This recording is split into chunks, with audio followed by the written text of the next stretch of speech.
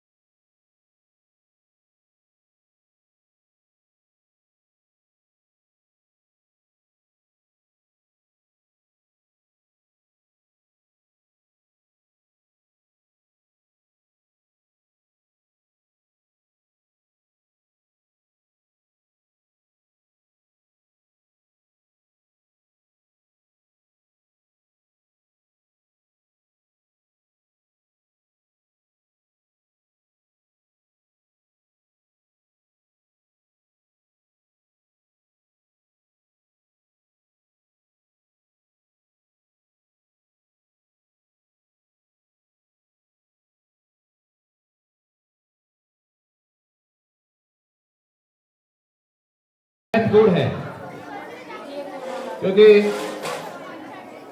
हमारे विद्यालय के वाइस प्रिंसिपल मैम के रूप में यहां उन्होंने कार्य ग्रहण किया था। आज कल ही उनकी लिस्ट आई है। सभी ग्रामवासी, महिला और मेरे प्राध्यापक और प्रिय विद्यार्थी, आज इस वार्षिकोत्सव के उत्सव के समारोह में मैं आप सबका हार्दिक अभिनंदन, हार्दिक स्वागत करती हूँ। हमारा विद्यालय सन 2022 से इंग्लिश मीडियम में चल रहा है और तब से यह लगातार उन्नति कर रहा है। यदि हम पिछले वर्ष की बात करें तो पिछले वर्ष भी हमारे विद्यालय के सभी छात्र छात्राओं ने 100% रिजल्ट दिया है। हमारे विद्यालय में कक्षा 10th में 29 छात्राओं ने परीक्षा दी, जिनमें से सभी पास हुई, लेकिन उसमें से भी 23 बच्चियां हमारी फर्स्ट डिवीजन में पास हुई। साथ साथ हमारे अध्यापक गणों की मेहनत का ही परिणाम है। इसके साथ ही हमारे विद्यालय की 4 छात्राओं को राज्य सरकार द्वारा दी जाने वाली मेधावी छात्र योजना में हमें टैबलेट प्राप्त हुए हैं। 4 विद्यार्थी मेधावी हुए हैं जिनका मेरिट लिस्ट में नाम आया और उन्हें टैबलेट प्राप्त हुए हैं। इसलिए मैं उन सबको बधाई देना चाहती हूँ। हमारा विद्यालय लगातार उन्नति कर रहा है। इसके साथ ही मैं आपको बताना चाहती हूँ कि कक्षा 7 का एक छात्र जो कि साइंस एग्जीबिशन में जिला स्तर पर तृतीय स्थान पर प्राप्त किया है। इसके लिए मैं कक्षा 7 के साथ गौरव को भी बधाई देना चाहती हूँ।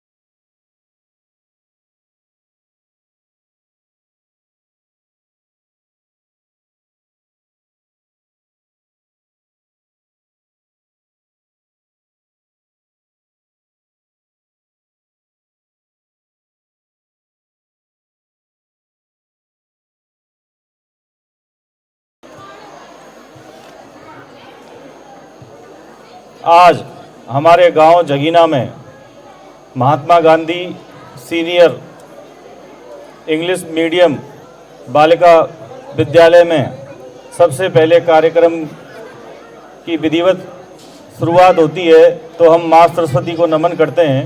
तो मैं भी उनके चरणों में नमन करते हुए अपने भाषण की शुरुआत करता हूँ। सामने बैठे मेरे पिता तुल्य बाबा, चाचा, मेरे भाई, मेरी माताएं, बहनें और छोटे छोटे नन्हे मुन्ने बच्चे, इधर हमारी सारी अध्यापक गण बैठे हैं, हमारी प्रधानाचार्य मैडम बैठी हैं कृष्णा जी, और मेरे चाचा विष्णु जी जो इस स्कूल को काफ़ी दिनों से संभाल रहे हैं। एक हमारे रिश्तेदारों बैठे हैं गलती से तो ये रिटायर हो चुके हैं और इस स्कूल से बहुत अच्छा भव्य रिटायरमेंट इनका हुआ बताया था। तो सभी को मैं नमन करता हूं और तहे दिल से आपका स्वागत करता हूं और ये कहता हूं कि भाई आप यहाँ पधारे तो बहुत अच्छा लग रहा है देख के। ये सामने जो हमारे बच्चे बैठे हैं, ये बच्चे नहीं, हमारे देश का, हमारे गांव का, हमारे समाज का और सबसे पहले तो हमारे परिवार का। कोई भी किसी भी तरह की शुरुआत होती है तो अपने परिवार से होती है। तो सबसे पहले तो ये हमारे परिवार का भविष्य है, उसके बाद ये हमारे गांव का भविष्य है, गांव के बाद हमारे शहर का और शहर के बाद हमारे देश का भविष्य है। तो इन बच्चों के भविष्य को निखारने की जिम्मेदारी हमारी तो है ही, लेकिन सबसे ज़्यादा इनके अभिभावक और ये हमारी माताएं बैठी हैं इनकी है। तो मैं तो सारी माताओं से ये निवेदन करूंगा, बच्चे तो कोरी किताब हैं, जो लिखना है आप लिखो, ये पढ़ेंगे, जो सिखाना है आप सिखाओ, ये बोलेंगे, लेकिन सिखाएंगी आप। पिता हैं, खेतों में काम कर रहे हैं, कोई नौकरी कर रहा है, सुबह से निकलता है, रात को लौटता है, उसे बच्चों के बारे में ज़्यादा पता नहीं रहता। तो एक तो मैं आप सभी से निवेदन करूंगा कि जो हमारी 8वीं क्लास के बाद की बच्चियां हैं, भाई मोबाइल से थोड़ी दूरी बना लें। मेरा बेटा अभी विदेश में है, उसको पहली नौकरी मिली है आज से 15 दिन पहले, 70 लाख के पैकेज पे मिली है। तो आप ताज्जुब करोगे, मैंने 12वीं क्लास तक, वो जयपुर पढ़ा, वो दिल्ली पढ़ा, 12वीं क्लास तक उसको ना तो मैंने मोबाइल दिया, ना उसको किसी भी तरह की बाइक या मोटरसाइकिल या किसी भी तरह की फैसिलिटी दी। जनरल में भेजता था मैं उसको, ट्रेन में भी जाएगा तो जनरल में, बस में भी जाएगा तो जनरल में। मैं चाहूँ तो उसको एसी गाड़ी भी भेज सकता था, मैं प्राइवेट गाड़ी भी भेज सकता था, लेकिन इसका सबसे बुरा जो असर पड़ता है बच्चों पे वो ये पड़ता है कि हम तो बहुत बड़े हैं। जब तक बच्चा ये नहीं पहचानेगा कि मुझे संघर्ष कैसे करना है तो वो सीखेगा क्या। तो मेरा तो आप माताओं से यही निवेदन है कि छोटे बच्चे हैं, आज दूध पिएगा तो उसको पहले मोबाइल पकड़ा देते हैं। हमारी बड़ी बच्चियां हैं, मोबाइल स्कूल के काम के लिए तो ठीक है, लेकिन मोबाइल से और उनसे थोड़ी दूरी रहें और पढ़ाई पे फोकस करें। और हमारे गांव का भविष्य तो इतना अच्छा है, आपके सामने इतने उदाहरण हैं। भाई नटवर सिंह जी इस गांव से हुए, जिन्होंने हमारे देश में ही नहीं विदेशों तक हमारे गांव का नाम रोशन किया। शांतनु कुमार जी डीजीपी रहे, और अभी हमारे गौरव सोगरवाल, आप देखिए उस इंसान को कितना अपने ऊपर कॉन्फिडेंस था कि उसने आईपीएस छोड़ के आज एक सरकारी नौकरी, चाहे चपरासी की मिल जाए, चपरासी की नौकरी को भी शायद मैं समझता हूं कोई नहीं छोड़ता। उस इंसान ने अपने आप पे कॉन्फिडेंस था, अपनी पढ़ाई पे था, अपनी मेहनत पे था, उस इंसान ने आईपीएस को छोड़ा और आईएएस उसके दिमाग में भरा हुआ था और आईएएस उसका लक्ष्य था, तो उसने दोबारा दिया और वो आईएएस हुआ और आज यूपी में गोरखपुर में वो कार्यरत है।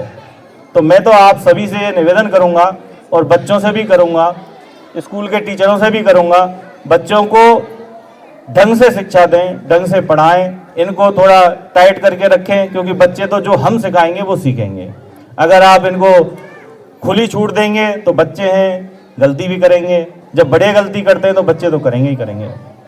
और बाकी रही स्कूल की बात, तो मेरा तो आप सभी से यही कहना है कि हमारे जो गुरुजी हैं माइक पे अनाउंस कर रहे हैं, इन्होंने इंटरलॉकिंग टाइल, टॉयलेट, पानी की व्यवस्था, लैपटॉप और फर्नीचर, विद्यालय चारदीवारी आदि के बारे में लिखा है, बोरिंग, आरओ पानी। तो मेरा निवेदन तो विद्यालय प्रांगण से यही है, विद्यालय के प्रबंधन से, कि मैं तो अगर आपकी कोई सरकारी अड़चन ना हो और हमारे बुजुर्गों का इसमें सहमति हो तो मैं इस पूरे स्कूल को ही गोद ले लेता हूँ। जो भी काम होंगे वो हमारे बुजुर्गों के सहयोग से और हमारे बुजुर्गों के जो भी हमारे गांव के भाई इसमें कुछ देना चाहे तो वो भी बहुत बहुत धन्यवाद उसके लिए। बाकी सारी जिम्मेवारी हमारी है। धन्यवाद। राम राम साहब।